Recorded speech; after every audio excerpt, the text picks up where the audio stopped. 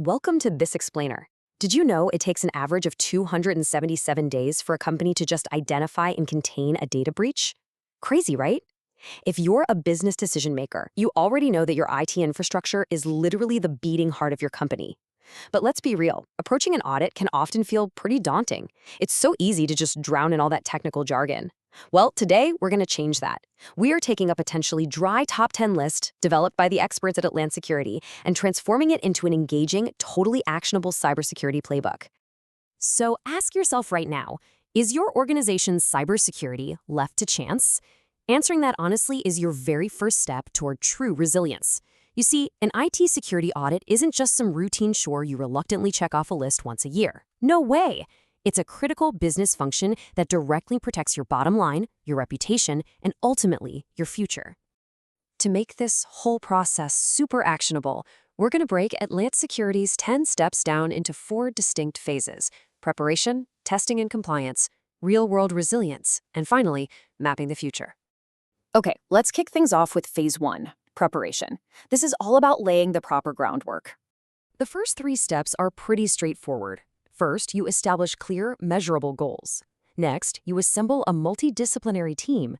And notice I said multidisciplinary. You need compliance experts in there, not just IT folks. Finally, you gather up all the necessary documentation. The big takeaway here is that good security starts long before anyone even touches a keyboard. Getting your goals and your team dialed in early prevents scope creep. It keeps everyone laser-focused on what actually matters, ensuring you're targeting the correct vulnerabilities right out of the gate. Now, when it comes to gathering documents, you're essentially building a complete map of your digital terrain. We're talking network diagrams, system configurations, your security policies, access controls, and your incident response plans.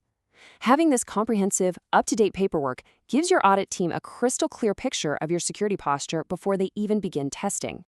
Moving right along, we enter phase 2, testing and compliance. This is where we actively hunt for gaps in your armor.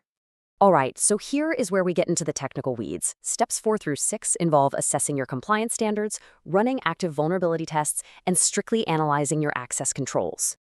And we cannot overstate the business stakes here. Non-compliance can result in hefty fines and massive reputational damage. We're talking about standing up against strict regulatory heavyweights like GDPR, HIPAA, or PCI DSS. This step absolutely isn't just about checking a compliance box. It's about shielding your company from devastating financial losses. Now, there is a very crucial distinction in step 5 that you need to know. Vulnerability assessments are passive. It's basically like walking around your building, checking if the doors are locked. Penetration testing, on the other hand, is active. That's simulating a burglar actually trying to pick the lock to test your real-world defenses. You absolutely need both of these to properly identify weaknesses across your network. Which brings us nicely to step 6, and the principle of least privilege. This sounds fancy, but it just means granting users the absolute minimum access they need to do their jobs. No more, no less. Doing this ensures that only authorized individuals can access your mission-critical info, which severely limits the potential damage if an account ever gets compromised. So, to actually pull this off, you've got to lock down those password policies, rigorously enforce multi-factor authentication, and, this is a big one, map out your access revocation processes for when an employee leaves the company. Optimizing these measures is what keeps your organization safe from both internal snooping and external threats. All right, into phase 3 we go. Real-world resilience. Let's look at the physical and human factors. For steps 7 through 9, we step away from the digital firewall. We need to evaluate your disaster response plans, review your physical security, and empower your employees through training. Resilience planning really breaks down into 2 vital areas. First, incident response, which minimizes the impact while a breach is actively happening.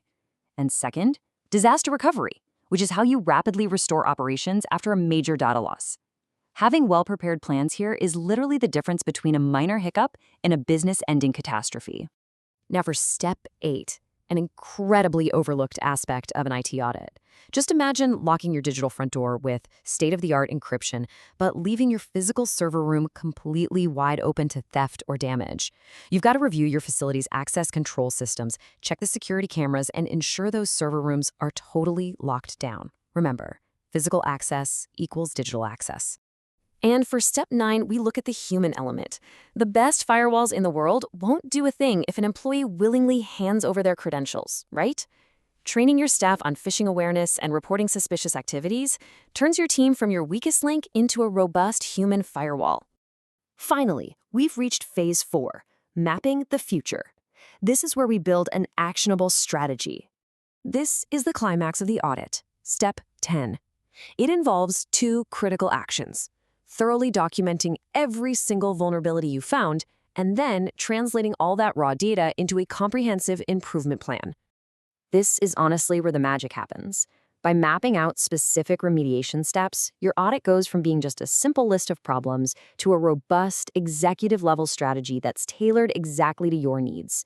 It gives you a roadmap for continuous improvement rather than just a false sense of security.